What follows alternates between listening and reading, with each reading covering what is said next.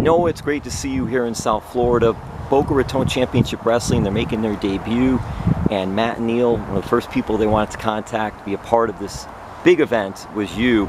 And I was curious your thoughts. You see the lineup, different talent that are on the show. What are your thoughts of BRCW? So my thoughts were exactly what a lot of other people's thoughts were. It's like an NXT reunion, right? NXT Black and Gold reunion. It's all the guys that I used to travel all the coconut shows with. We're all under the same roof once again, which is actually pretty cool and surreal, I think. Yeah, once I got the call, Brian Katz, good buddy of mine, he hit me up. He said, "Hey, Noah, what are you doing? What are you doing? You want to come down to Boca Raton, BRCW, and put on a show?" I said, "Yeah, why not, man? Let me get that." And you know, we got to talking. It happened. And it's so cool because NXT would run shows in West Palm. Yep. They just run down shows south. in Miami. So it brings back memories, man. It really does, because like you said, down in Miami, over at the U, West Palm Beach, and I couldn't resist coming down to Boca Raton, sunny, beautiful Florida weather day. Why not, man? Well, Noah, so interesting. Tell us what you've been doing lately. And is this something you want to get back into doing? What are your thoughts? So what I've been doing lately, I've been actually doing some acting classes. I started working for Disney World. I got actually hired over at the Indiana Jones Stunt Spectacular show as one of the big men. So that's exciting news. I'm excited for a new journey on that. And wrestling has always been a part of me for about 12, 13 years from like now. So something that it's hard to, you know, just let go. So you never know. I might come back here and there. I might be here more than often. Shoot. What have you taken your experiences from the business, if someone had asked you about any advice from you, because you had a nice long run there, and right. We were talking a little earlier, what a match you had with Velveteen Dream down in Miami. Yeah. And you really, to me, my opinion, really hit your mark when you became the heel. Right. And start doing that, and just crowds were just really giving it to you. See, I never understood why people hated me so much. I just good-looking kid, and I've always been told that growing up, you know, "Hey man, you're a good-looking guy, you're gonna go far in this world," and people hated that. But I enjoyed that, man. What I can tell people coming into the business right now and wanting to become larger-than-life superstars, just keep learning. You're never gonna stop learning, you know what I mean? It's a grind, it's a hustle, and it can become a lifestyle, which it did for me for 7 years. On a top level, top tier, you know, brand. And I enjoyed it so much, and I am humbled by it, and I loved every single second of it. And, you know, like I said, I don't know what the future holds for Noah, but I may be here, I may be there, I may be anywhere I want to be, because I have the freedom to do so now. You mentioned about working for Disney. Yeah. How did that come about? Oh, and it's interesting. man. Noah, let me say this too, because I give so much credit to the pro wrestlers, because superstars, because it's a combination: athletics, acting, Yes. stuntman, Yes. stunt women work. Right. So did it sort of lend itself to do that route? Yeah, growing up, both my parents, they were Polynesian performers, entertainers over at Disney World. That's what brought my parents over here. That's why I was born here in Orlando, Florida. It was all because of Polynesian entertainment at Disney World. So I grew up with Mouse, and you know, like right after Disney or right after WWE, I was thinking, what am I going to do with myself? I ventured out to learn different trades, you know, and do I want to continue wrestling right away? No, I wanted a break. I was having a baby at the time, which I just had one, April 23rd. Dad! Yeah. Dad! I'm a father now. Norale Aloha Malia Pangpachis is her name. And yeah, man, she's beautiful. I'm blessed to have her in my life now. And, you know, it's all for her, you know. Everything I do is for her. So, yeah. Fatherhood. It's such man, an important role, such an important step. And it's interesting because now that you do have a little one, yes. What will your thoughts be is if she comes to you later on and says, you know what, I know you did some pro wrestling, that may be something I want to do. Okay. What advice would you give her then too? No, don't do that.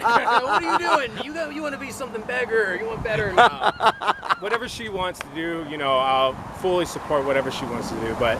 And if she did come to me with that, I have to obviously train her.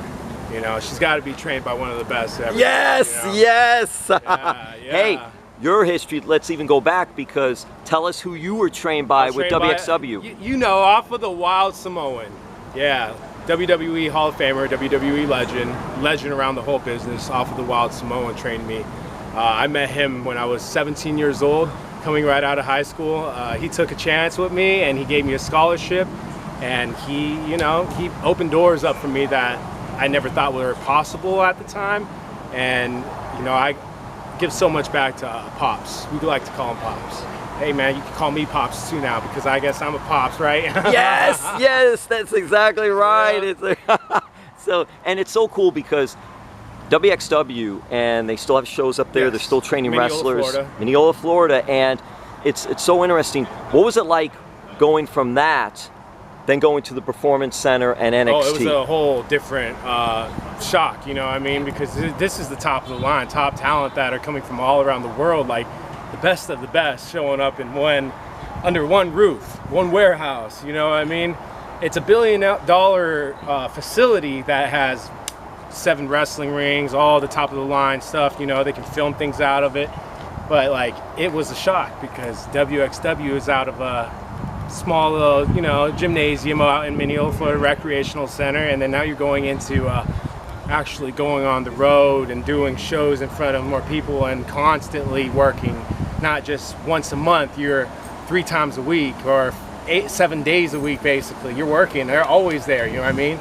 You never know when they're gonna call you, you never know when you're gonna end up maybe traveling somewhere. The day before they might call you and say, hey, you're going to California tomorrow, pack your bags, all right? See, it's a whole different experience, man. I got to go to China, Shanghai, China. I got to wrestle over in Canada twice, you know, Vancouver and Toronto. Toronto was spectacular. UK, the UK treated me oh so well. And, you know, I loved my career. My career was just awesome, you know. Oh, and that, with that said too, Noah, I think this is important too. When you go from WXW, which gave you proper training, get you started and all, and then you go bigger. Right. When did you start to feel comfortable? Was there a time or a match? I think once I really started figuring out myself, who I was, and actually enjoying it. When I was doing the Finest character, it was actually really like a version of myself wanting to be the top shit, if I must say. I wanted to be the man, you know what I mean? I wanted to be all eyes on me, like Tupac would say. So I wanted that feeling, and I felt like the Finest character brought that to me, and I could be that, and I could be a little swanky. I don't want to let you get hit by a car. So I'll be careful. I want you to be careful too. There we go. So yeah. Thank you, Noah. Yeah, I thought that just let me be so me, and yeah, I just let it flow. With the different trainers and coaching and everybody that was there, and you mentioned Ryan, yes, sir. What was it like with Dusty and with Ryan and with everyone else there? So Dusty, I only had maybe 4 or 5 months with Dusty, but in that time alone, he just made me feel like I was one of his kids, basically. You know, like how Pops was to me, like he felt like another Pops to me, and I was loving getting to know Dusty. Every time I say, he's like, hey, what's going on, Hawaii? What's happening, baby? I was like, oh man, shoot, Dusty Rhodes. There was one memory I have of him, Ric Flair, Dusty, Ric Flair, and it was who was it? Pat Patterson. Those 3 sitting outside, iconic, man. And they were just talking, and he stopped me and said, hey, look at my little Hawaii baby right here. And I was shell-shocked, right? 3 legends right here. I mean, everybody knows these guys right here. So he was awesome. And all the coaching staff, from Matt Bloom, Terry Taylor, amazing human being, Norman Smiley, Robbie Brookside, Steve Carino, one of my favorites of all time, Scott Garland, Scotty Too Hottie, Sarah Amato. I mean, I had Billy Gunn when he was there. There was so many other coaches that came to this facility and that you got to be able to learn off of and gain knowledge from, which is so awesome and authentic, you know? Even the wrestlers that came in through different places, Andrade, you have Cassius Ono, you have all these people, Hideo, or Kenta, you know what I mean? People that came that I've watched before, didn't know, but I just got to be in the ring with and got to learn things from. Man, there's no other experience like that. You can't top that. Noah, thank you so much. Yes, sir. And maybe, who knows, maybe we'll see you coaching wrestling, or maybe softball or soccer when your kid and your daughter playing. All, man. I'll do whatever Football, it comes. Dr. Phillips High School. Yes, sir. Thank you, Big Jim.